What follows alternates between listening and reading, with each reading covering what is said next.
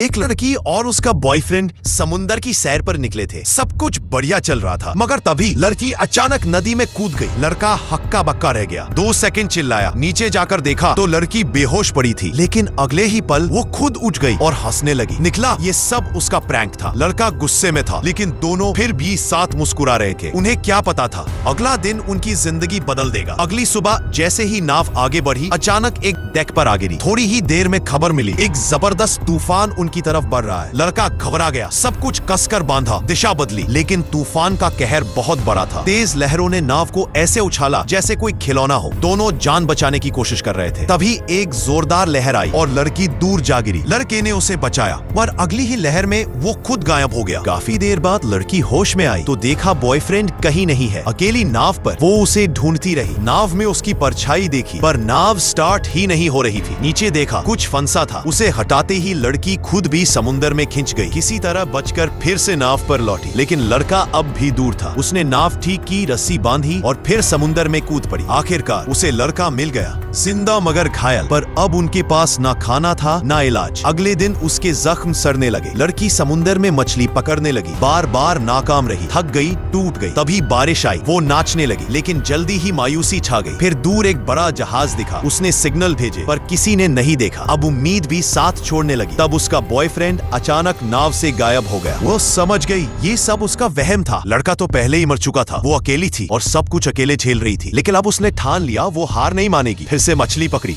जख्मों को झेला, खुद को जिंदा रखा। 41 दिन बाद एक सीगल दिखा। लड़की ने दूर देखा, सामने जमीन थी। टेलीस्कोप उठाया, एक मछली पकड़ने वाली नाव नजदीक आ रही थी। वो तुरंत सिग्नल फायर किया और आखिरकार उसे बचा लिया गया।